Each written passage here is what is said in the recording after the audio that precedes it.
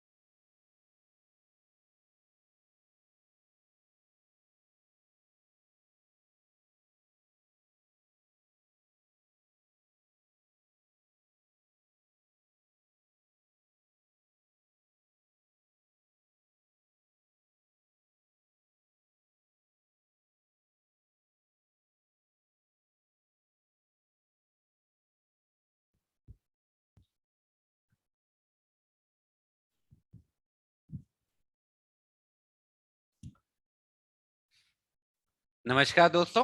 कैसे हैं बच्चे आप सभी लोग? अभी ऑल क्लियर? ऑडियो वीडियो सब कुछ ठीक है? कहीं पे कोई परेशानी नहीं है, कोई दिक्कत नहीं है? बताएंगे बच्चे फटाफट से, शुरू करें सेशन को। ठीक है। तो बच्चे, जो हमारा आज का सेशन है, देखो एग्जाम पर्सपेक्टिव से बहुत इंपॉर्टेंट सेक्शन है, इंपॉर्टेंट टॉपिक है। And not only from the exam perspective से, सोसाइटल एस्पेक्ट से भी, और as a law student also. The topic जो हम आज कवर करने वाले हैं और कवर नहीं करेंगे आज, थोड़ा सा डिफरेंट अप्रोच रहेगा।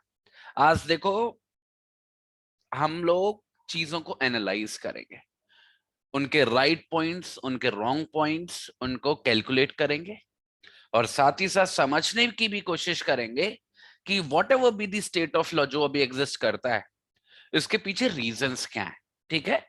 बिकॉज ऑब्वियसली हमने हिस्ट्री से बहुत कुछ सीखा है, but it is very essential that we understand that process. एक बात मैं आपको बताना चाहता हूं बच्चे, आप सभी लोगों को, एक अप्रोच हो सकती है आंसर लिखने की, and this is about all topics, not necessarily this one. और ये अप्रोच बहुत अच्छे तरीके से काम कर सकती है इंडियन पिनल कोड के अंदर।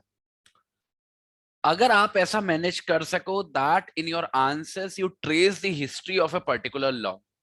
जैसे फॉर एग्जांपल, कोई पर्टिकुलर लॉ जिस पे आप आंसर लिख रहे हो, उसका प्रेजेंट स्टेट तो सब लिखते हैं कि अभी जिस स्थिति में है वो क्या है, उसका मतलब क्या है, वो तो सभी लोग करते हैं।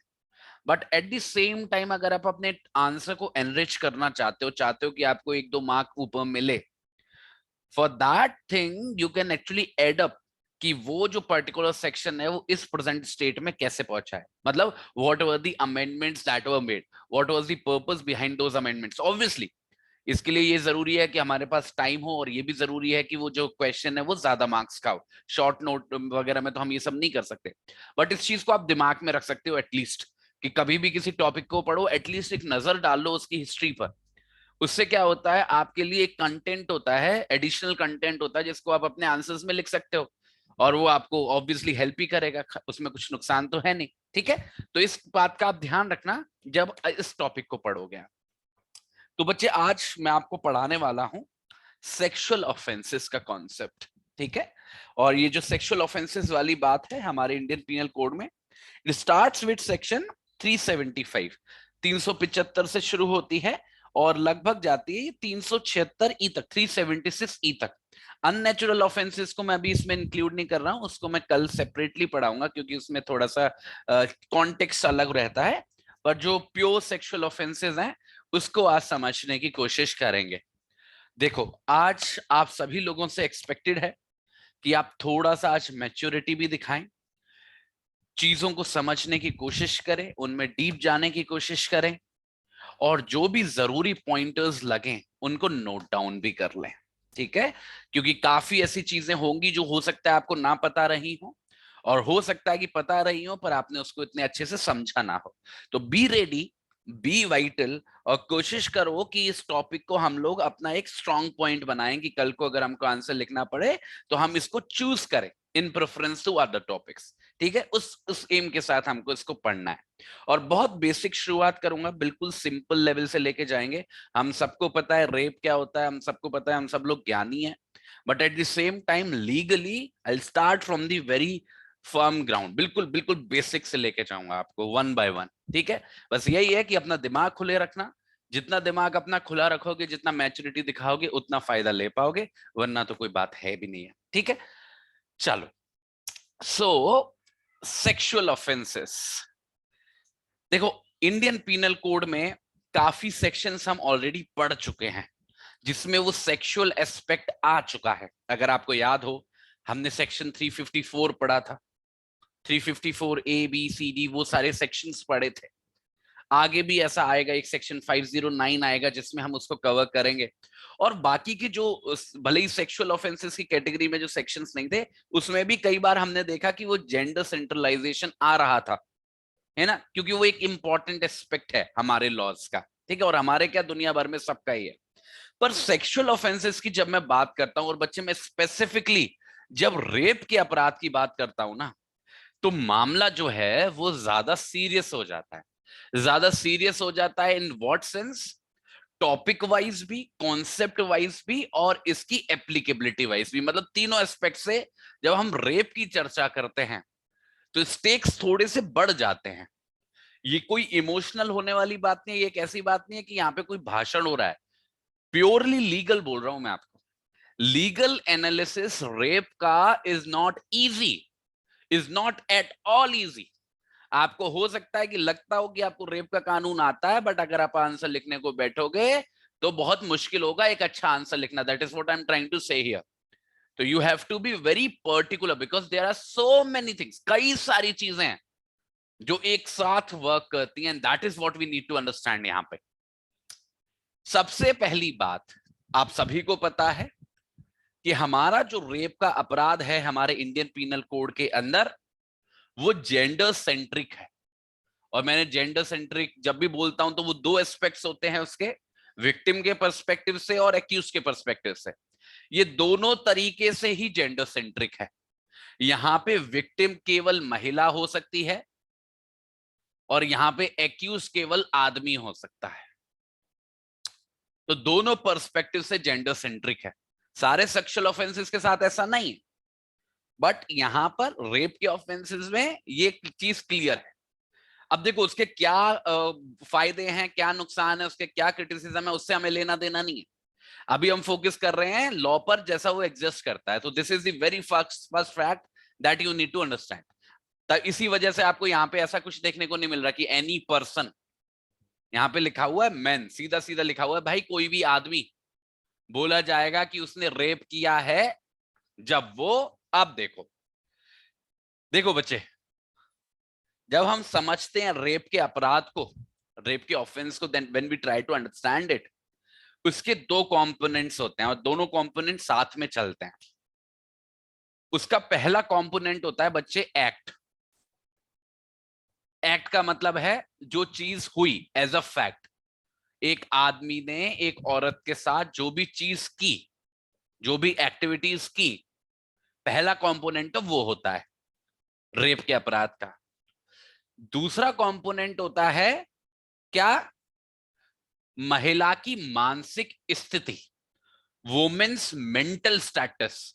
किसका, देखो अगर यही में मर्डर पर आ रहा होता तो मर्डर में एक्ट मैटर करता कि एक्ट क्या था जिससे मृत्यु हुई, और साथ के साथ ये भी मैटर करता कि इंटेंशन क्या थी, किसकी, मारने वाले की। यहां पे भी रेप के करने वाले की इंटेंशन जरूरी होती है, पर रेप के अगर ऑफेंस की बात करूं, उस कॉन्सेप्ट की बात करूं, तो उसमें जो महिला है जिसके साथ वो एक्टिविटीज हो रही हैं, उसका मेंटल स्टेटस भी बहुत इंपॉर्टेंट होता है। और ये जब दोनों को एग्जिस्ट करते हैं ना बच्चे, वुमेन्स मेंटल स्टेटस और वो आदमी के द्वारा किए गए एक्ट, तभी हम बोल सकते हैं कि रेप का अपराध किसी भी केस के अंदर हुआ है या नहीं। हमेशा कभी भी इसके आधार पर आप रेप के अपराध के नतीजे पर नहीं पहुंच पाओगे, ना ही इसके आधार पर। It will always be dependent on the interaction of these two. और इसी तरीके से सेक्शन 375 को डिजाइन किया गया है जो रेप की डेफिनेशन बताता है। पहले वो इस काम पर फोकस करता है, बताता है कि क्या क्या चीज करने पर बोला जा सकता है कि एक व्यक्ति ने दूसरे व्यक्ति के साथ रेप किया। So what are the kinds of activities और what are the nature of the activities. एक बार जब हम इसको कर लेंगे फिर आएंगे सेकंड पार्ट पे, जहां पर हम वो कंसेंट विल वो सारी बातें करेंगे। So that would be the second part.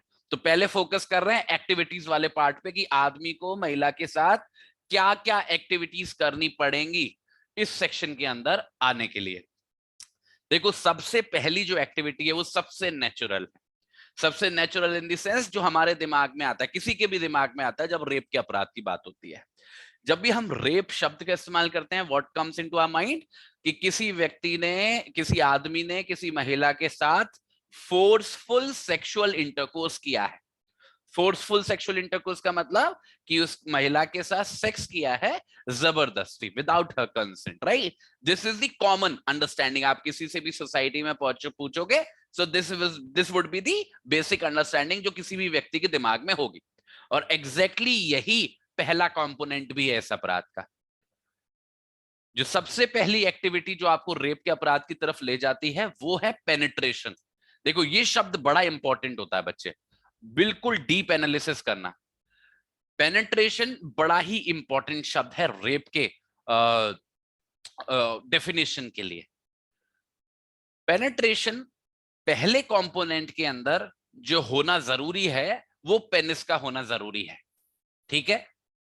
जब कोई आदमी अपने पीनिस को पेनेट्रेट करता है तो this is the very first act, part of the act rather, कि वहां पे पीनिस इन्वॉल्व होना चाहिए और उस पीनिस के थ्रू पेनेट्रेशन होना चाहिए।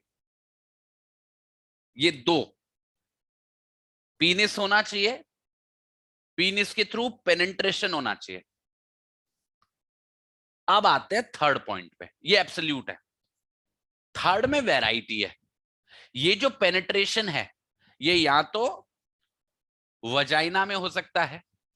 जब वजाइना में होता है ये नॉर्मल सेक्सुअल इंटरकोर्स है, मतलब जो नॉर्मल सेक्सुअल एक्टिविटी होती है, जो नेचुरल प्रोसेस जिसको हम मान सकते हैं, वो वजाइना के थ्रू होती है, जहां पे मेन का पीनिस और वुमेन की वजाइना इन्वॉल्व होती है, जो नॉर्मल सेक्स हम जिसको बोलते हैं।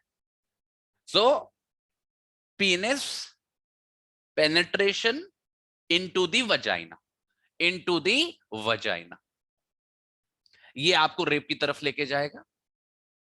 Second, penis penetration into the mouth, into the mouth, ये बहुत नई चीज है। This was not always. पहले जो रेप की अंडरस्टैंडिंग होती थी वो केवल वजाइना तक सीमित थी, नॉर्मल सेक्सुअल इंटरकोर्स तक सीमित थी। It is because of the recent amendments, ये 2013 में बहुत बड़े बदलाव किए गए। देखो बदलाव तो बारी बारी से कई बार किए गए हैं। 1983 में बहुत एवरलास्टिंग चेंजेस थे, फिर 2013 में, फिर अभी 2018 में। तो ये जो हम देख रहे हैं कि आप देख रहे हो कि माउथ को कवर किया गया है, तो कहीं ना कहीं ओरल सेक्स, ओरल सेक्स को भी रेप की डेफिनेशन में लाया गया है। अभी भी अगर आप मेजोरिटी ऑफ द कंट्रीज को देखोगे दुनिया की, they don't cover oral sex into the definition of rape. कुछ तो हैं जो ओरल सेक्स को कंसीडर ही नहीं करते, कुछ हैं जिन्होंने ओरल सेक्स को अलग कैटेगरी में रखा हुआ है नॉर्मल रेप के ऑफेंस से। बट भारत एक ऐसा देश है जो ओरल सेक्स को भी बराबर रख रहा है वेजाइनल सेक्स से। The normal sexual intercourse is equal to oral sex अगर रेप का अपराध है तो। Penis penetration into the mouth, लिखते चलना साथ के साथ। तीसरा, तीसरा option, penis penetration urethra. Urethra, urethra का मतलब होता है that particular part of the women's body जहां से वो पी करती है, ठीक है। So that is the place जहां पे पेनिट्रेशन होना चाहिए, यूरेथ्रा में। अगर यहां पर है, देखो वजाइना से अलग है, vagina is a different thing, urethra is a different thing. देखो ये सारे साइंटिफिक टर्म्स हैं, बायोलॉजिकल टर्म्स हैं, इनको आप गूगल वगैरह पे अगर सर्च करोगे सिंपल सा, will find the meaning of it, ठीक है। तो आपको बस ध्यान रखना है, एज ए लॉ स्टूडेंट आपको समझ में आना चाहिए that what we are trying to say. इसमें कोई शर्म की बात नहीं है, इसमें कोई भी ऐसी बात नहीं है कि आप हंसी मजाक करो या फिर शर्माओ। It is something that you need to understand to get the grasp of the concept, और एग्जाम में भी आपको लिखना पड़ेगा ये सब, ठीक है। तो urethra, urethra, penis penetration into the urethra, ये आपको रेप की एक्टिविटी की तरफ लेके जाएगा। और आखिरी में इन्स, ठीक है, penetration, penis penetration into the anus, ठीक है। ये जो चार कैटेगरी के पेनिट्रेशंस हैं with the penis, भूलना मत बच्चे, it is not only the penetration, it is the penetration by penis। जो आपको रेप की डेफिनेशन, अभी रेप पूरा नहीं होगा, अभी तो हम मेंटल एस्पेक्ट को कवर नहीं किए, जहां तक एक्ट की बात है, जहां तक वो पहला वाला कंपोनेंट है, this is the first combination.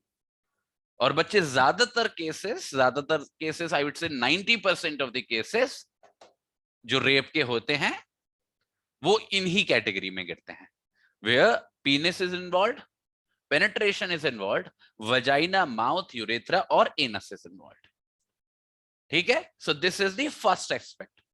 इस पे आपको सबसे ज्यादा भार देना है और सबसे इलेबोरेटली डिफाइन करना है अपने आंसर के अंदर। पर केवल यही नहीं है, अब देखना बच्चे कितनी वाइटल डेफिनेशन है रेप की, अब आपको समझ में आएगा। वैसे हल्का तो वहां पे भी आपको लगा होगा जब माउथ आया। देखो urethra is a private part, ठीक है, ऐसे ही एनस जो है वो भी प्राइवेट पार्ट है, पर कंसिडरिंग और कवरिंग माउथ, तो वो एक डायरेक्ट रिकॉग्निशन थी to cover the oral sex, जिसको मैं बड़ा स्टेप मानता हूं।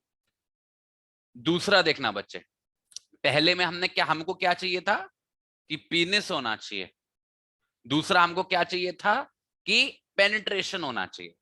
एक और बात बता दूं आपको, आप दो शब्दों में कभी कंफ्यूज मत होना, एक शब्द है पेनिट्रेशन और एक शब्द है इंसर्शन या फिर इंसर्ट। इनका जो नॉर्मल मतलब है वो सेम ही है।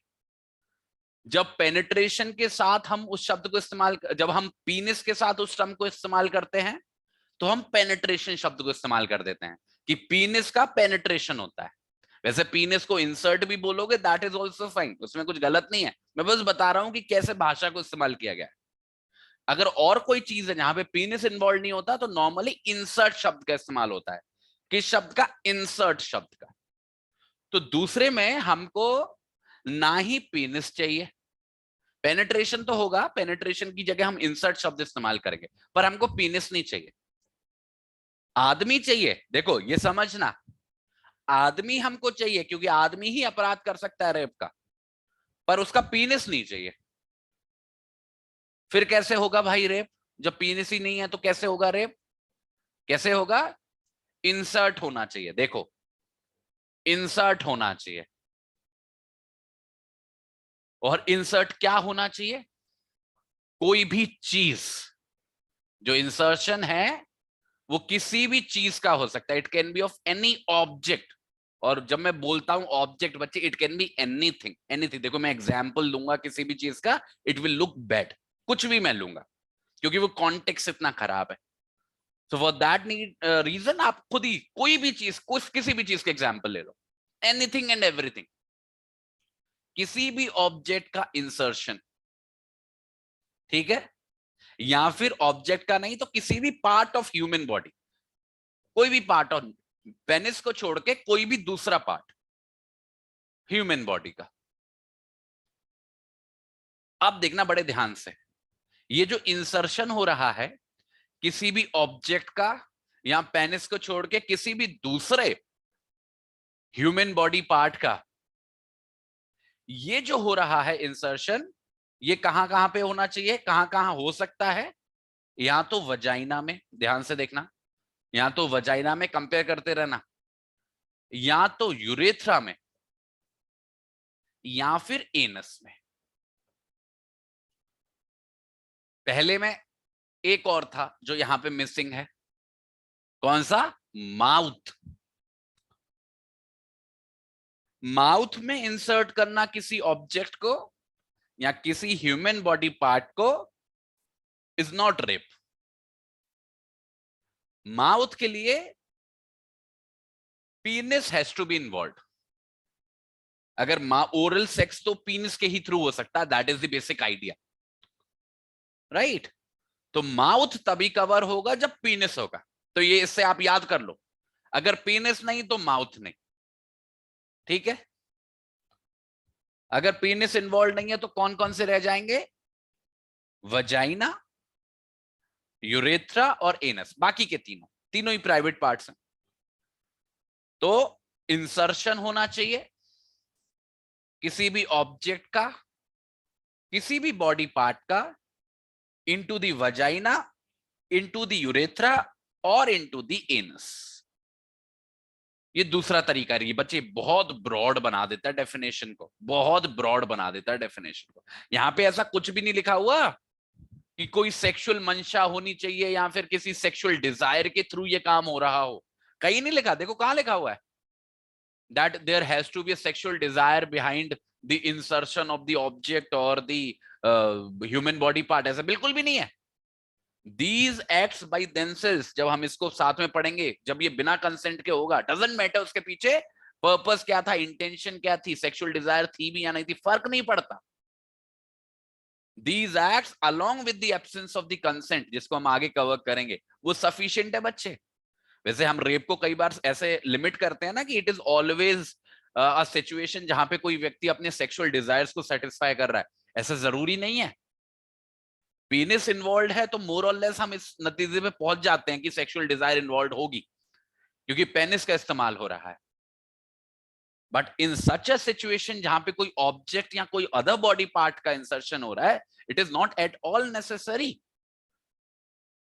तो सबसे पहले तो रेप को केवल, है तो सेक्सुअल ऑफेंस की ही कैटेगरी, बट केवल सेक्सुअलिटी के कॉन्टेक्स्ट में देखना बंद करो। It goes beyond that, it goes beyond that. इस सेकंड पार्ट ये 2013 के बाद बियॉन्ड जाने लगा है, स्पिल होने लगा है बाहर, ठीक है। So this is the second component, insertion of the object और the human body part into the vagina, urethra और एनस।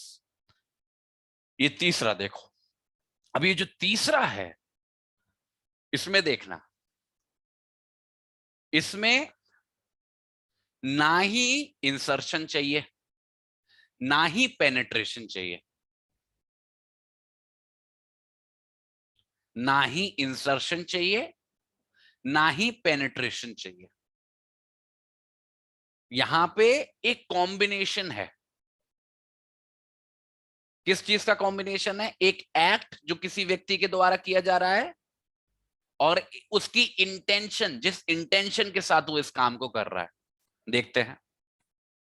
मैनुपुलेशन, वुमेन के किसी भी बॉडी के पार्ट का, मैनुपुलेशन वुमेन के किसी भी बॉडी पार्ट का, तो ये है एक्ट कि कोई आदमी किसी औरत के, किसी महिला के किसी भी body part, any body part, not necessarily कोई specific private part, any body part, उसको मैनुपुलेट करता है। मैनुपुलेट का मतलब होता है टच करना, टू मूव, ठीक है।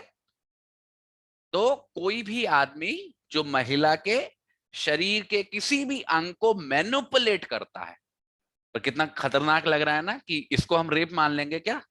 ऐसे तो यार हजार कॉन्टेक्स्ट में कोई व्यक्ति किसी महिला को छूता होगा नहीं। उसके साथ एक और चीज है, मैनिपुलेशन होना चाहिए of the part of the body of the women by the main. उसके पीछे जो पर्पस है, उस मैनिपुलेशन के जो पीछे पर्पस है, वो पर्पस पेनिट्रेशन का होना चाहिए, वो पर्पस पेनिट्रेशन का होना चाहिए। देख रहे हो, पेनिट्रेशन हो नहीं रहा। पहले वाले सिचुएशन में पेनिट्रेशन हो रहा था, into the mouth, into the vagina, into the anus, into the urethra। यहां पे हो नहीं रहा, यहां पे हो रहा है मैनिपुलेशन वुमेन की बॉडी का। उसके पीछे जो पर्पस है, जो रीजन है, वो पेनिट्रेशन करना है। जरूरी नहीं है कि पेनिट्रेशन हुआ हो। अगर पेनिट्रेशन हो जाएगा तो सिचुएशन ए के अंदर भी कवर हो जाएगी, पर सी के अंदर पेनिट्रेशन होना जरूरी नहीं है। It is the manipulation of the women's body.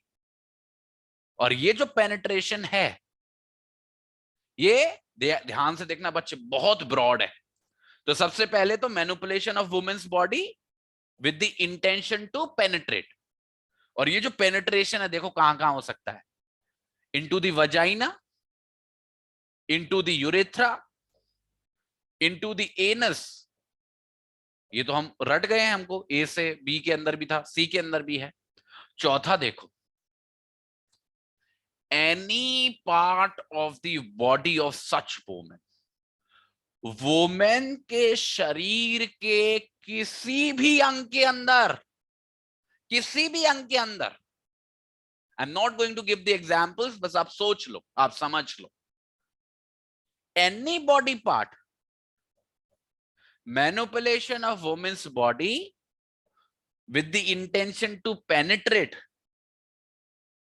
into any part of woman's body। और any part में जो हमने ए के अंदर माउथ पढ़ा था, that is also included। पर अगर हम पेनिट्रेशन की स्थिति के कॉन्टेक्स्ट से पढ़ें तो सबसे ब्रॉड कौन सा है, ए या सी?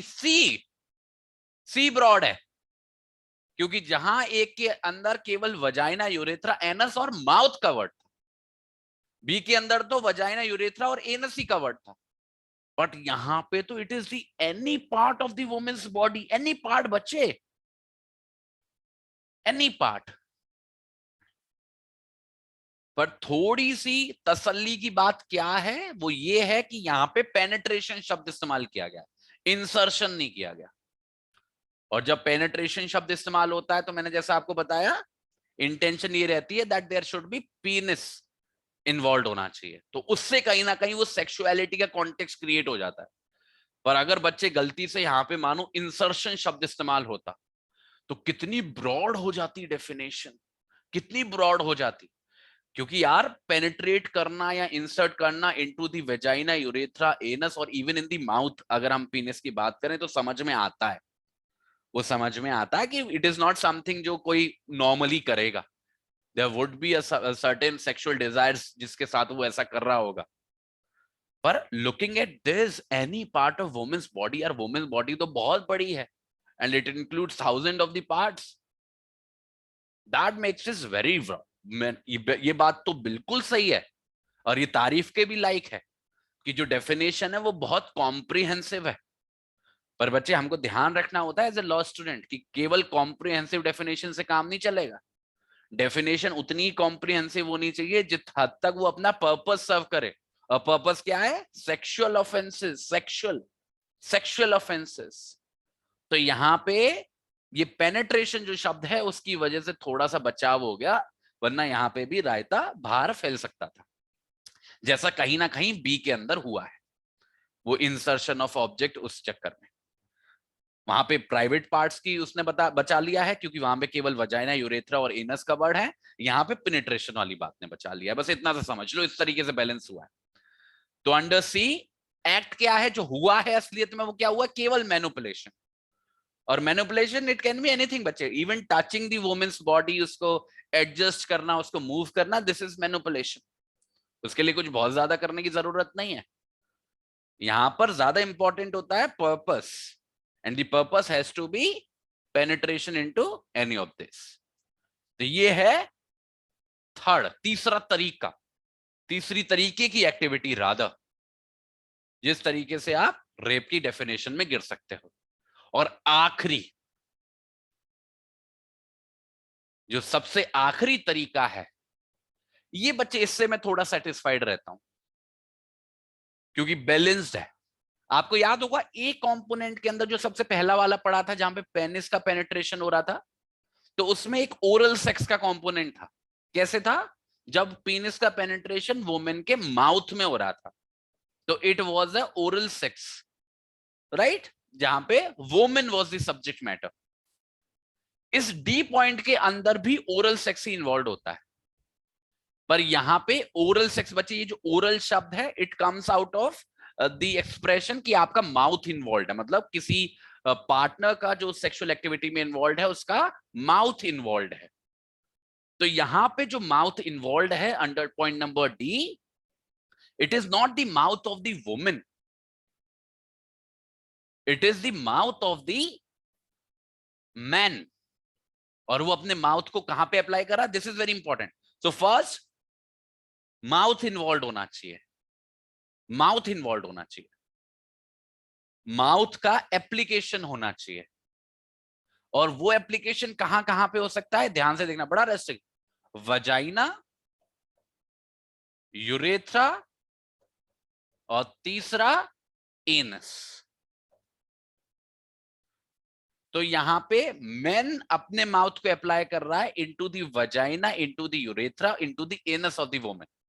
अब देखो वुमेन का माउथ नहीं लिखा हुआ, क्योंकि उसको सेक्स की डेफिनेशन में डालने में परेशानी हो जाएगी, क्योंकि फिर आदमी का भी माउथ हो जाएगा और वुमेन का भी माउथ हो जाएगा, और किसी बॉडी पार्ट को भी डालना बहुत ज्यादा ब्रॉड हो जाता। Application of mouth on any other part of the women body, उसको सेक्सुअल कहने में थोड़ी सी दिक्कत आती।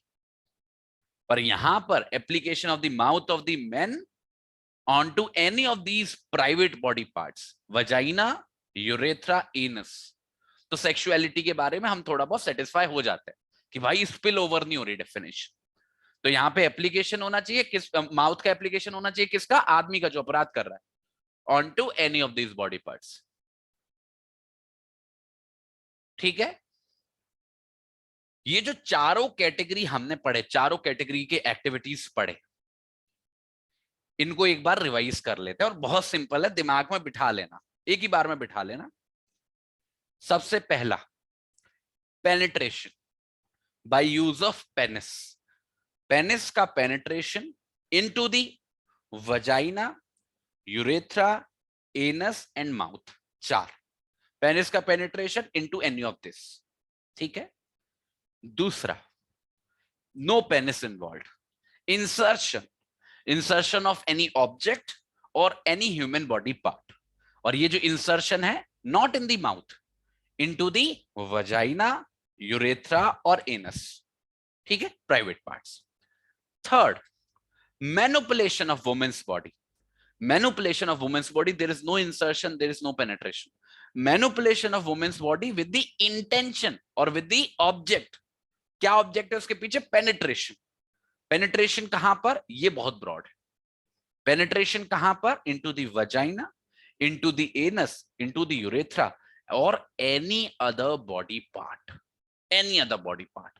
सो in manipulation the subject matter वो बहुत ब्रॉड हो जाता है।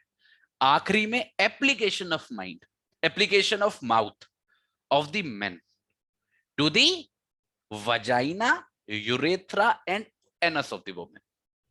तो ये चार कैटेगरी ऑफ एक्टिविटीज हैं जो रेप की डेफिनेशन की तरफ आपको लेके जाती है, मतलब पहला कंपोनेंट सेटिस्फाई करती हैं।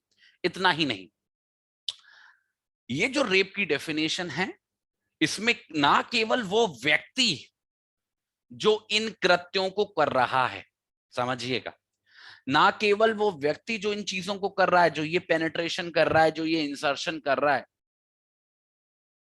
वो तो कवर होगा या नहीं भी हो सकता है, पर ऐसा कोई व्यक्ति जो किसी दूसरे व्यक्ति से ऐसा करवा रहा है, मतलब एक ऐसा व्यक्ति जो महिला को मजबूर कर रहा है इनमें से किसी भी चीज को करने के लिए, उसके साथ नहीं बल्कि किसी और के साथ, उस आदमी को भी रेपिस्ट मानते हैं, वो भी रेप की डेफिनेशन में गिरेगा। तो कहने का मतलब है किसी को रेप की डेफिनेशन में गिरने के लिए ये जरूरी नहीं है कि उसने ये एक्टिविटीज खुद ही की हो। समझिएगा इस बात को। ऐसा हो सकता है कि एक व्यक्ति महिला को मजबूर कर रहा है to do any of these activities, उसके साथ नहीं किसी और व्यक्ति के साथ, that may also fall with in the definition of rape.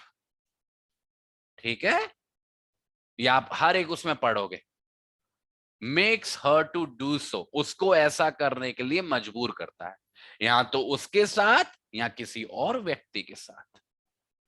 तो ऐसा महिला के साथ करना फोर्सफुली या महिला को मजबूर करना आपके साथ करने के लिए या किसी और व्यक्ति के साथ करने के लिए, this is all falling with in the definition of rape. जैसे मैं एक एग्जांपल दूं, कि अगर ये कोई व्यक्ति है, ये व्यक्ति इस महिला को मजबूर कर रहा है इन चारों में से कोई भी एक्टिविटीज में इन्वॉल्व होने के लिए इस व्यक्ति के साथ, तो ये जो मजबूर कर रहा है ये रेपिस्ट है। अब ये वाला बंदा होगा या नहीं होगा ये डिपेंड करता है कि इसकी इंटेंशन नॉलेज क्या है। अगर ये भी इन्वॉल्व है इसके साथ तो ये भी जाएगा, पर हो सकता है कि इसको भी मजबूर किया गया हो। ऐसा भी केसेस आते हैं बच्चे, where even the other partner is also being forced into this. ठीक है, तो ये रेपिस्ट माना जाएगा या नहीं माना जाएगा, ये इसकी इंटेंशन पे डिपेंड करेगा। पर ये बंदा पक्का है जो फोर्स कर रहा है उस महिला को to enter into any of those activities जिसको हमने अभी पढ़ा। पर अभी बच्चे रेप की डेफिनेशन पूरी नहीं हुई है, अभी बस उसका पहला कंपोनेंट हम लोग समझे हैं, जहां पर activities is the main concern कि क्या क्या एक्ट करने से we can be set to committing the offence of rape. Activities, ये फिजिकल एक्ट्स जिनको हम प्रूफ करेंगे, मेडिकल एविडेंसेस से प्रूफ करेंगे, गवाहियों से प्रूफ करेंगे। अब आते हैं दिमाग के अंदर। पर बच्चे इंटरेस्टिंग बात क्या है, यहां पे हम एक्यूज के दिमाग के अंदर नहीं जा रहे, यहां पे हम दिमाग के अंदर जा रहे हैं किसके अंदर, उस महिला के दिमाग के अंदर जिसके साथ इन चारों में से कोई भी एक्टिविटी हुई है। देखना बहुत बहुत इंटरेस्टिंग है।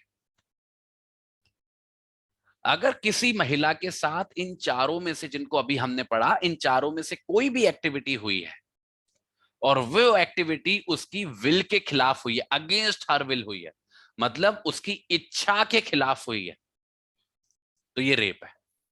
अब रेप पूरा हो गया।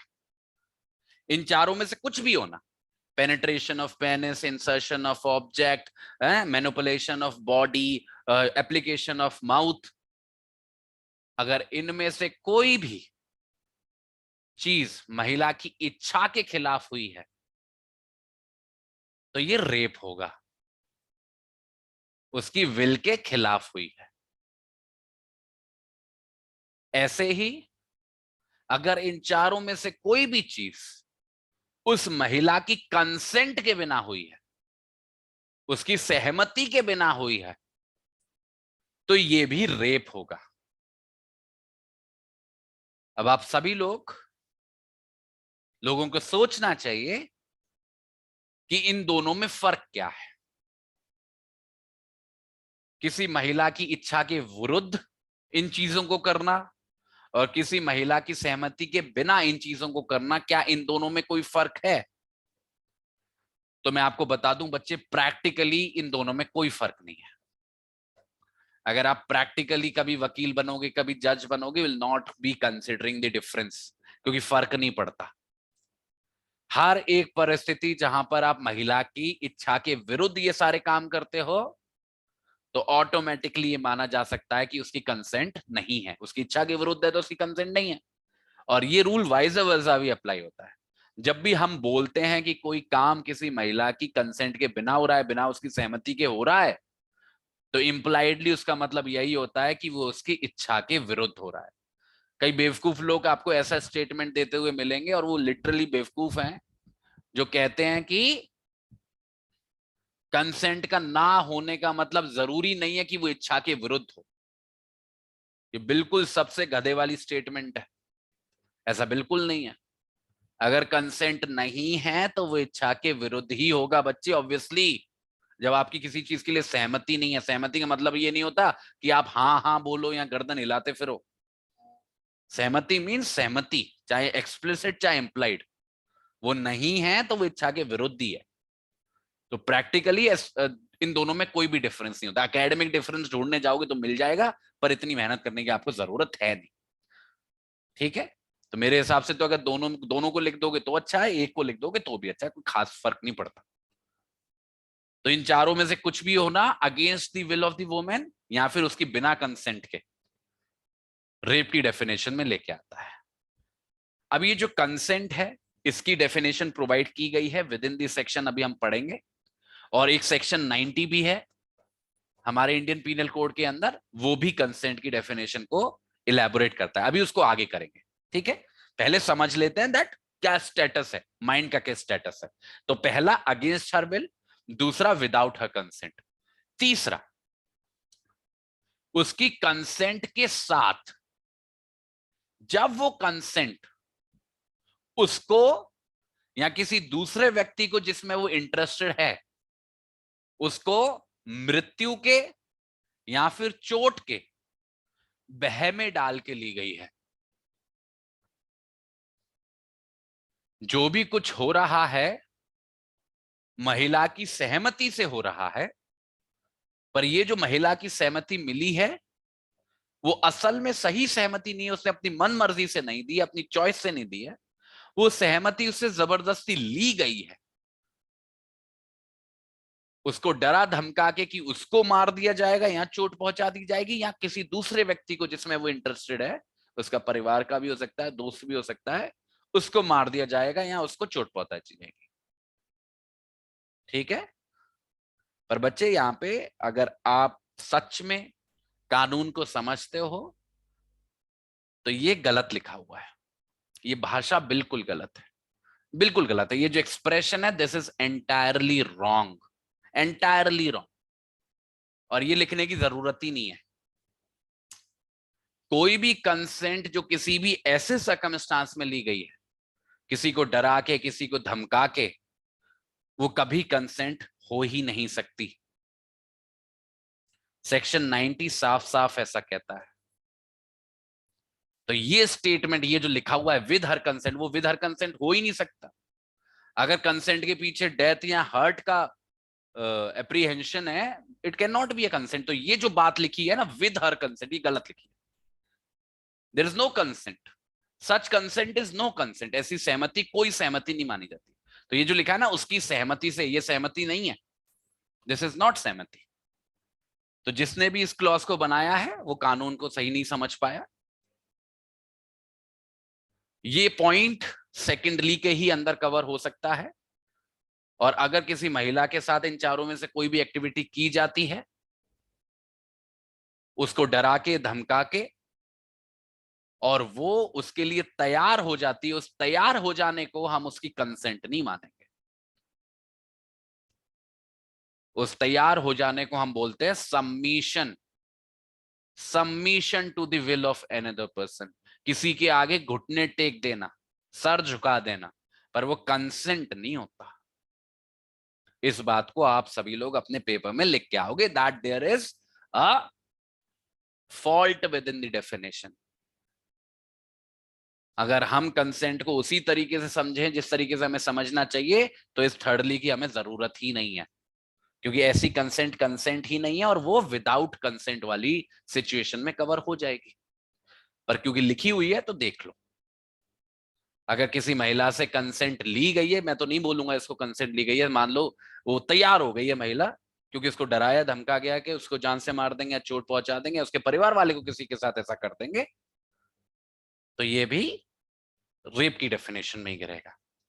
सेम प्रॉब्लम जो थर्डली के साथ है वो प्रॉब्लम फोर्थली के भी साथ है, क्योंकि यहां पे भी लिखा हुआ है विद हर कंसेंट, पर ये जो कंसेंट है ये कैसे ली गई है देखना। The man knows that he is not her husband. जो आदमी है जो इन चारों में से कोई भी एक्टिविटी कर रहा है महिला के साथ, उसे पता है कि वो उस महिला का पति नहीं है, पर जो महिला है उसको ऐसा लग रहा है कि वो आदमी ही उसका पति है, और इस वजह से उसने अपनी कंसेंट दी है, इस वजह से उसने अपनी सहमति दी है कि उसे लग रहा है कि वो व्यक्ति उसका पति है, पर उस व्यक्ति को पता है कि वो उसका पति नहीं है। यहां पे भी बच्चे ये कंसेंट कंसेंट नहीं कहलाएगी। सेक्शन 90 में साफ साफ लिखा हुआ है कि कोई भी कंसेंट जो मिसकंसेप्शन के आधार पर दी जाती है वो कंसेंट नहीं होती, फ्रॉड के आधार पर दी जाती है वो कंसेंट नहीं होती। तो यहां पे भी इस एक्सप्रेशन का इस्तेमाल करना विद हर कंसेंट, ये बिल्कुल गलत है, और इसको भी अलग से लिखने की जरूरत नहीं थी, ये भी सेकेंडली के अंदर कवर हो जाएगा। अगर किसी महिला से कंसेंट ली गई है, उससे झूठ बोल के उसके साथ फ्रॉड करके, it is no consent at all. और ये एक ऐसी सिचुएशन मानी जाइए जहां पे महिला के साथ कुछ भी हुआ जो वो उसकी बिना कंसेंट के हुआ, क्योंकि उसकी जो कंसेंट है वो विटिलेटेड है बिकॉज ऑफ दैट मिसकंसेप्शन कि वो मान के चल रही है कि वो व्यक्ति उसका पति है। वैसे सुनने में बड़ा अटपटा सा लगता है कि ऐसा कब होगा यार, कि पति को पता है कि वो पति नहीं है, पत्नी को नहीं पता, पति को लग रहा है कि वो पति है। इसके बच्चे अलग अलग कॉन्टेक्स्ट हो सकते हैं। कुछ बेवकूफी वाला एग्जाम्पल भी देते हैं कि अंधेरा हो रहा है और कोई व्यक्ति आके बेड पे लेट जाता है महिला के साथ, she does not realise it, but मुझे बड़ा बेकार सा एग्जाम्पल लगता है ये। इससे बहुत अच्छा एग्जाम्पल है, मानो एक आदमी ने एक महिला से शादी की, पर उसने चालाकी दिखाई और उसने एक इस तरीके से जो रीति रिवाज फॉलो किए वो ऐसे नहीं थे जिससे शादी पूरी हो सकती है। मानो हिंदू मैरिज एक्ट के अंदर शादी कर रहा था, एचएमए के अंदर हिंदू थी पार्टीज, तो वो जो एसेंशियल सेरेमनीज होनी चाहिए थी उसने वो करवाई नहीं, और ये उसने जानबूझ के किया। पर वो महिला बेचारी इतनी पढ़ी लिखी नहीं थी, उसे लगा कि वो सारी जो भी कुछ हुआ टिटकरम, उससे उसकी शादी हो गई है। तो इसके बाद अगर वो महिला सहमति दे देती है और सेक्सुअल इंटरकोर्स करती है तो वो तो ये सोच रही है कि वो उसका पति, पर उस व्यक्ति को पता है कि वो उसका पति नहीं है क्योंकि इन दोनों के बीच में शादी नहीं हुई। So that may also be a situation जो यहाँ पे कवर हो सकती है। बट इन एनी केस बात वही है कि जो महिला की कंसेंट है किसी भी वजह से, जो वो पति मान रही है इस व्यक्ति को, क्या वो कंसेंट कंसेंट कहलाई जा सकती है? मेरे हिसाब से तो नहीं, मेरे हिसाब से तो नहीं, क्योंकि सेक्शन 90 इस चीज को कंसेंट की डेफिनेशन में नहीं डालता। पर लिखा हुआ है तो पढ़ लेते हैं कि महिला की सहमति के साथ, अगर उस महिला को ऐसा विश्वास है कि जिसके साथ वो इन एक्टिविटीज में से किसी को भी कर रही है वो उसका पति है, और जिस व्यक्ति के साथ कर रही है उसे ऐसा पता है कि वो उसका पति नहीं है। So this was the fourth circumstance. तो आप देख रहे हो, पहला तो अगेंस्ट हर बिल हो गया, दूसरा विदाउट हर कंसेंट हो गया, और तीसरा विद हर कंसेंट पर वो डेथ और हर्ट वाला थ्रेट हो गया, और चौथा विद हर कंसेंट और वो हस्बैंड और वाइफ वाला सिचुएशन हो गया। फिर आते हैं पांचवे पे, यहां पे भी वही वाले एक्सप्रेशन यूज किया गया है, विद हर कंसेंट।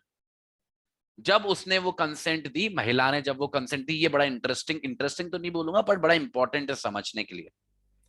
महिला की कंसेंट के साथ पर जब उसने वो कंसेंट दी, वो अनसाउंडनेस ऑफ माइंड की वजह से, इंटॉक्सिकेशन की वजह से मतलब नशे की वजह से, या फिर किसी भी ऐसे नशीले पदार्थ के एडमिनिस्ट्रेशन की वजह से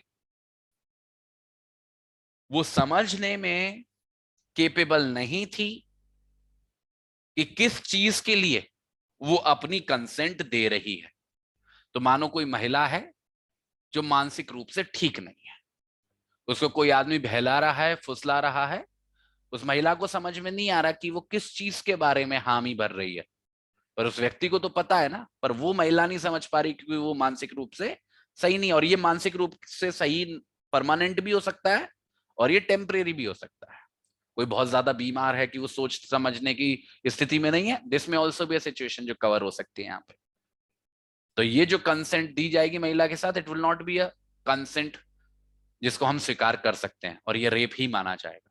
इंटॉक्सिकेशन, कोई महिला नशे में है, शराब ज्यादा पी रखी है, अब यहाँ पे ये फर्क नहीं पड़ता कि उसी बंदे ने इंटॉक्सिकेट किया होना चाहिए, उसी ने शराब पिलाया होना चाहिए, तभी रेप मानेंगे। कुछ भी सर्कमस्टांस हो, अगर महिला नशे में है, चाहे उसने खुद से शराब पी है चाहे किसी और से पिलाई, और शराब is not the only thing, मतलब किसी भी वजह से वो इंटॉक्सिकेटेड है और उस समय पे वो अपनी कंसेंट देती है, और आदमी जो है उसको ये समझ में आ रहा है ऑब्वियसली, तो ये भी रेप की डेफिनेशन में गिरेगा। जो तीसरा बच्चे, ये अनहोलसम सब्सटेंस वाली सिचुएशन है, ये थोड़ी ओवरलैप तो करती है इंटॉक्सिकेशन के साथ। देखो अनहोलसम सब्सटेंस में देखो बहुत सारी चीजें आ सकती हैं, ड्रग्स जैसे फॉर एग्जांपल। इस अनहोलसम सब्सटेंस के बारे में स्पेसिफिकली लिखा हुआ है कि या तो उस बंदे ने खुद ही उस अनहोलसम सब्सटेंस को एडमिनिस्टर किया हो या किसी और व्यक्ति के थ्रू ऐसा कराया हो। तो अगर कोई अनहोलसम सब्सटेंस किसी व्यक्ति ने किसी महिला पे एडमिनिस्टर किया और फिर उसकी सहमति लेके उसके साथ इनमें से कोई भी एक्टिविटीज कर दी, तो वो रेप है। या किसी और व्यक्ति से ऐसा करवाया, जैसे हम मूवी वगैरह में देखते हैं कि बार टेंडर कुछ डाल दे रहा है, ऐसा कुछ, दैट में ऑल्सो बी अ रेप।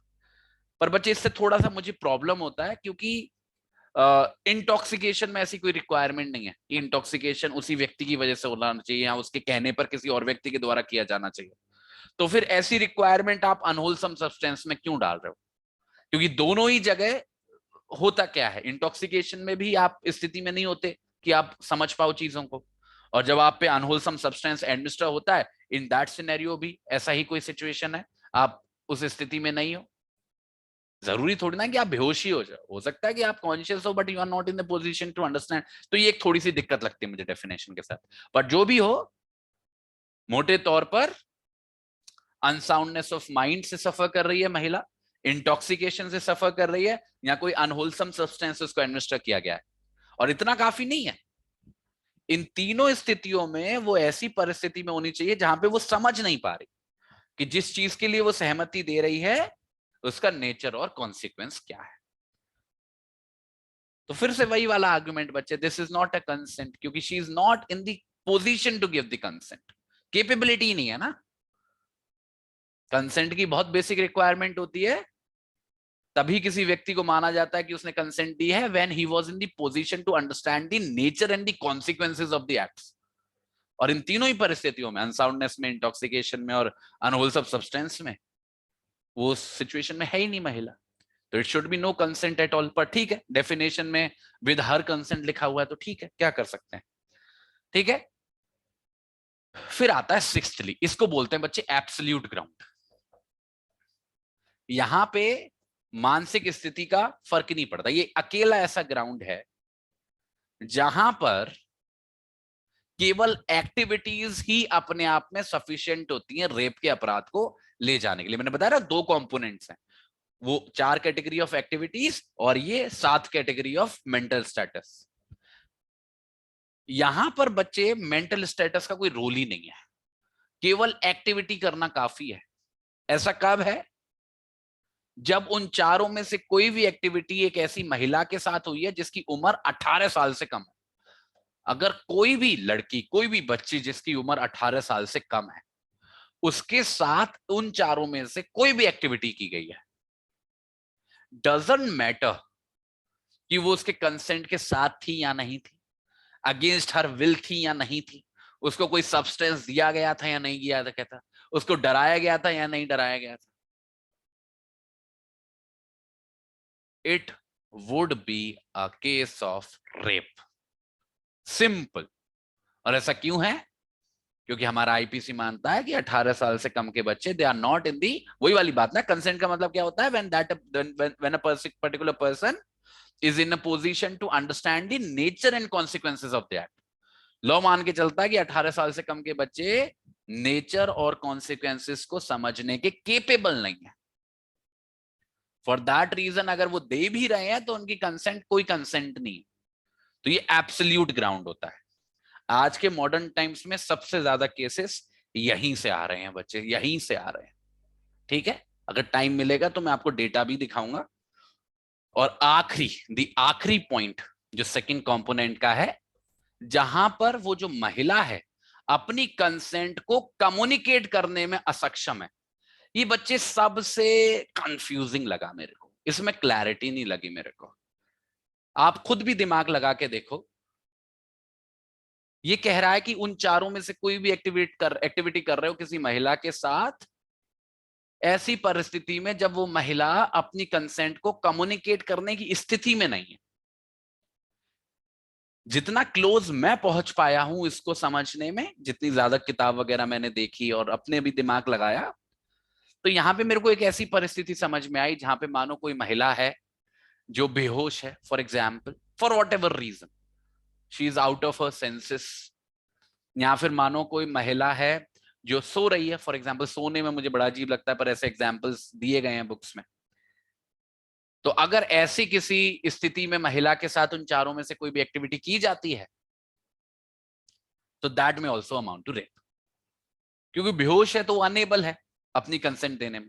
तो here it is not the question कि उसने कंसेंट दी या नहीं दी, बाकी सारे फर्स्ट से लेके अभी तक 6th तक यही था कि कंसेंट दी है या नहीं दी है, अगर दी है तो वो किस आधार पर विटिलेटेड है।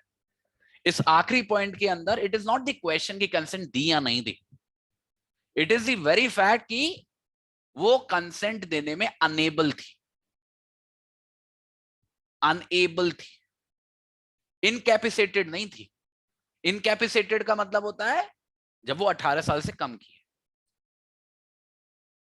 थोड़ा सा ओवरलैपिंग है, कंफ्यूज नहीं कर रहा हूं मैं आपको, कोशिश कर रहा हूं कि ना करूं, पर हाँ यहां पे अनेबिलिटी का मतलब, अनेबिलिटी का रिश्ता एज से नहीं है, अनसाउंडनेस ऑफ माइंड से नहीं है, क्योंकि वो ऑलरेडी कवर हो गए फिफ्थली और सिक्सथली में।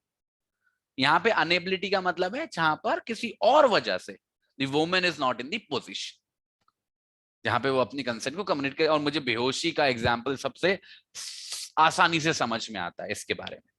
ठीक है, तो बच्चे क्या क्या सीखा हम लोगों ने?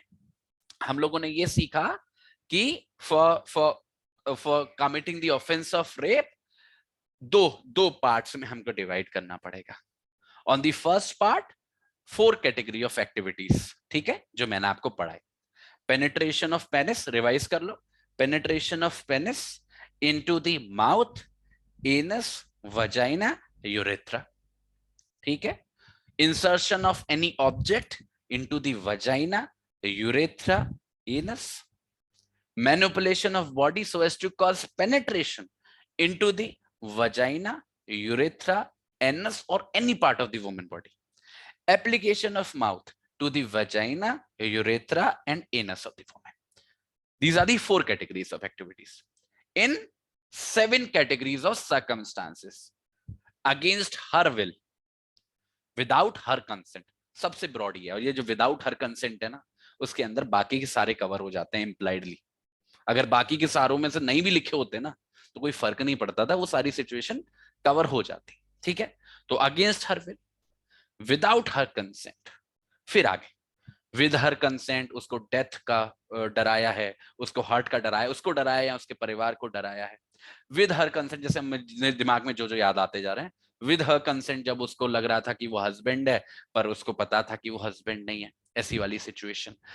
जहां पे विद हर कंसेंट, जहां पर वो अनसाउंडनेस ऑफ माइंड से सफर कर रही है, या फिर इंटॉक्सिकेटेड है, राइट, या फिर कोई अनहोलसम सब्सटेंसेस को एडमिनिस्टर किया गया है। फिर एब्सोल्यूट, विद और विदाउट हर कंसेंट, जहां पे उसकी उम्र 18 साल से कम है, या फिर एक ऐसी परिस्थिति जहां पे वो अनेबल है कम्युनिकेट करने के लिए। देख लेना एक आदमी मिस हो गया हो तो उसको रिवाइज कर लेना। So these set of activities and these set of circumstances, जब इन दोनों में से कोई भी कॉम्बिनेशन बनता है, इन चारों में से कोई भी एक और इन सातों में से कोई भी एक, when they combine with one another, आपके सामने रेप का अपराध है, रेप का अपराध है। ठीक है, चलो, सो दिस इज द सिचुएशन जो डेफिनेशनल लेवल पे आपको रेप का ऑफेंस समझने में मदद करेगा। अब देखो कुछ नहीं बचा है, 2 एक्सप्लेनेशन है और एक प्रोवाइजो है और 2 एक्सेप्शन है। छोटी छोटी सी बातें हैं, बस नोट करते चलिएगा। साइंटिफिक टर्म है, बायोलॉजिकल टर्म है, वजाइना, हम जो ये शब्द इस्तेमाल कर रहे हैं, एक बॉडी पार्ट होता है वुमेन का जिसको हम लाबिया मजोरा बोलते हैं। इसको गूगल कर लेना, आपको समझ में आ जाएगा। उसके अंदर भी पेनिट्रेशन वजाइना का ही पेनिट्रेशन माना जाता है।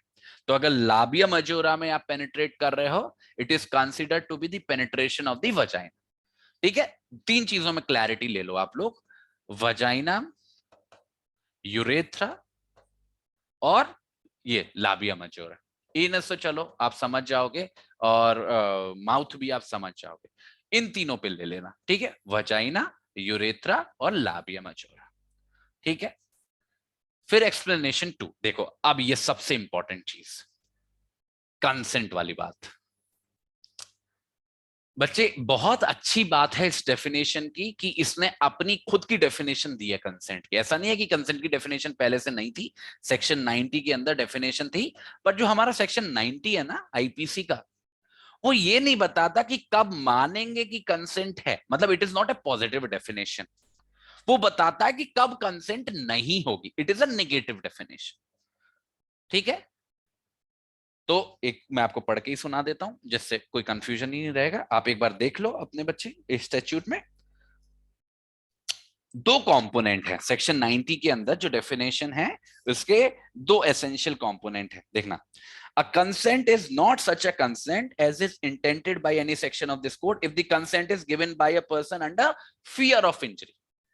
अगर कोई व्यक्ति अपनी कंसेंट दे रहा है किसी भी चोट के, भय के कारण, या फिर अंडर मिसकंसेप्शन ऑफ फैक्ट, कि कोई भी व्यक्ति अपनी कंसेंट दे रहा है किसी भी मिसकंसेप्शन ऑफ फैक्ट की वजह से, मतलब किसी भी फैक्ट के बारे में, जैसे दोनों का एक एग्जांपल देता हूं। फियर ऑफ इंजरी का एग्जांपल कौन सा हो गया, वो थर्डली वाला, जहां पे किसी महिला से कंसेंट ले रहे थे और किस आधार पर कि उसको मार देंगे, उसको हर्ट पहुंचा देंगे, तो वो कवर हो जाएगा। और मिसकंसेप्शन ऑफ फैक्ट में कौन सी सिचुएशन कवर हो जाएगी, वो हस्बैंड और वाइफ वाली, कि वो वुमेन जो है वो मिसकंसेप्शन ऑफ फैक्ट से सफर कर रही थी उस पर्टिकुलर पॉइंट ऑफ टाइम पे कि वो हस्बैंड है। तो सेक्शन 90 के अंदर तो ये फियर ऑफ इंजरी और अगर मिसकंसेप्शन ऑफ फैक्ट के अंदर अगर आपने कंसेंट दी है, it can not be considered as a consent. ठीक है, पर जो एक्सप्लेनेशन नंबर 2 है इसके अंदर जो कंसेंट की डेफिनेशन दी गई है बच्चे, वैसे ये एक्सप्लिसिटली रेप के लिए ही बनाई गई है। सेक्शन 90 कंपैरेटिवली ज्यादा यूनिवर्सल नेचर की है, ये स्पेसिफिकली रेप के लिए है। पर इसके साथ अच्छी बात क्या है, ये एक पॉजिटिव डेफिनेशन है। ये आपको बताती है कि what does it mean to consent to anything. Consent देने का मतलब क्या होता है।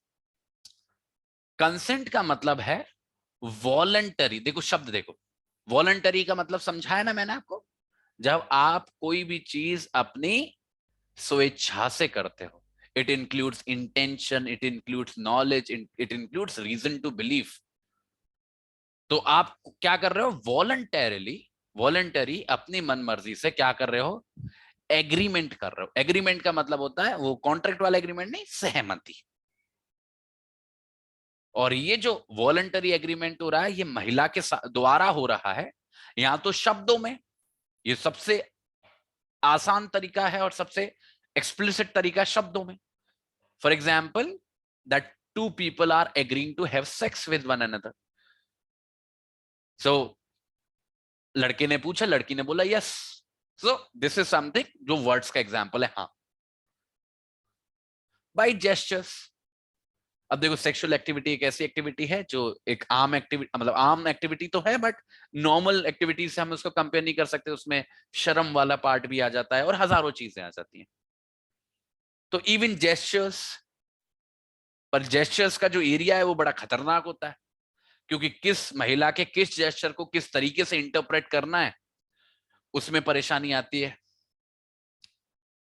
कई मूवीज में देखा होगा कि ऐसा बोलते हैं कि लड़की की ना में ही हाँ है, तो उसमें बोलते हैं कि ना करना एक जेस्चर है जो हाँ की तरफ है। ये बिल्कुल गलत, ऐसा नहीं है। कई लोग बोलते हैं कि किसी महिला ने अगर आंखें झुका के हंस दिया, दिस इज द जेस्चर। बच्चे, there is no absolute answer, this is subject to the interpretation. पर जो भी है, जेस्चर एक ऐसा होना चाहिए जो क्लियर क्लियर इंडिकेशन दे कि वुमेन वॉलंटरली एग्री कर रही है। आप अपनी तरफ से उसके किसी जेस्चर से कोई अंदाजा नहीं लगा सकते। ठीक है, सो जो भी जेस्चर है, it has to be of sufficient nature, जिससे कोई भी व्यक्ति जिसको हम बताएं कि ये जेस्चर था, वो समझ सके that this was a sufficient indication, जहां पर वो महिला अपनी सहमति दिखा रही थी। या फिर वर्ड्स जेस्चर्स के अलावा, या फिर किसी भी तरीके का कोई भी वर्बल या non verbal communication. Verbal communication में तो बच्चे वर्ड्स ही आ जाते हैं, जैसे हाँ बोलना, ऐसी बातें, या फिर इनडायरेक्ट वे में कुछ और बोलना। अगेन इनडायरेक्ट वे में बोला जा रहा है, अगेन वो इतना क्लियर होना चाहिए, एक्सप्लिसिट होना चाहिए जिससे वो वुमेन का एग्रीमेंट दिखे। फिर आता है बच्चे non verbal communication. Non verbal communication means when you don't use words, जिसमें जेस्चर भी इंक्लूडेड हो जाते हैं। यहां पे क्या है, फॉर एग्जाम्पल नॉड करना, हम लोग इंडियन लोग नॉड बहुत करते हैं ना, हाँ बोलना होता है तो ऐसे बोलते हैं। तो दिस में also amount to the agreement. पर वही है कि हमेशा नॉड करना नहीं है कि जैसे महिला ने नॉड किया तो उसके साथ सेक्स कर लो, ऐसा नहीं है। We have to look at the circumstances, कि उन सर्कमस्टांसेस में उस नॉड को, आखिरी में सवाल यही है कि जो भी कुछ हुआ, चाहे वर्ड्स का इस्तेमाल हो, चाहे जेस्चर्स हो, चाहे वर्बल नॉन वर्बल कम्युनिकेशन हो, क्या उसको देखने से एक क्लियर इंडिकेशन, एक एक्सप्लिसिट इंडिकेशन मिल रहा है या नहीं वोमेन की वॉलंटरी कंसेंट का? बस अगर मिल रहा है देन इट इज सफिशिएंट, अगर नहीं मिल रहा है तो नहीं है भाई, सिंपल सी बात है। ठीक है, तो कुछ भी तरीका हो, वर्ड्स मैं इस तरीके से लिख देता हूं, उसी तरीके से आप लिखना। वर्ड्स मतलब वर्बल कम्युनिकेशन, जेस्चर्स मतलब नॉन वर्बल कम्युनिकेशन। इन दोनों में से कोई भी तरीका हो, चाहे ये हो चाहे ये हो चाहे ये हो चाहे ये हो, उन सब से क्लियरली महिला की विलिंगनेस निकल के आना चाहिए कि वो किसी पर्टिकुलर स्पेसिफिक सेक्सुअल एक्ट में पार्टिसिपेट करने के लिए तैयार है, पार्टिसिपेट करने के लिए तैयार है।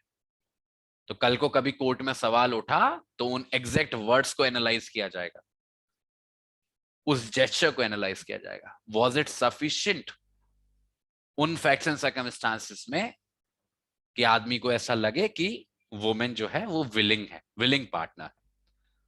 ठीक है, ये बच्चे कंसेंट की डेफिनेशन है।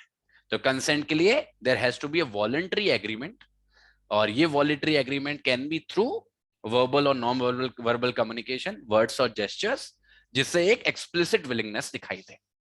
फिर बच्चे एक प्रोवाइजो है, ये बड़ा इंपॉर्टेंट है। प्रोवाइजो हमारे समाज में बड़ा इंपॉर्टेंट है, इसको मैं और आगे लेके जाऊंगा थोड़ा सा। बच्चे थोड़ी सी क्लास एक्सटेंड होगी पर पेशेंस रख के बैठे रहना। केवल इस वजह से कि उन चारों में से जब भी कोई एक्टिविटी की जा रही थी किसी महिला के साथ, उसने उसको फिजिकली रेसिस्ट नहीं किया, फिजिकली लड़ने की कोशिश नहीं की, बचने की कोशिश नहीं की, केवल इस वजह से यह नहीं माना जा सकता कि उस महिला ने उस सेक्सुअल एक्टिविटी को कंसेंट दे दे। केवल इस वजह से कि महिला रेसिस्ट नहीं कर रही है, उसको हम उस महिला का कंसेंट नहीं मान सकते। Consent is a positive act जो उसको करना पड़ेगा, महिला को करना पड़ेगा, उसको कम्युनिकेट करना पड़ेगा थ्रू वर्ड्स और जेस्चर्स।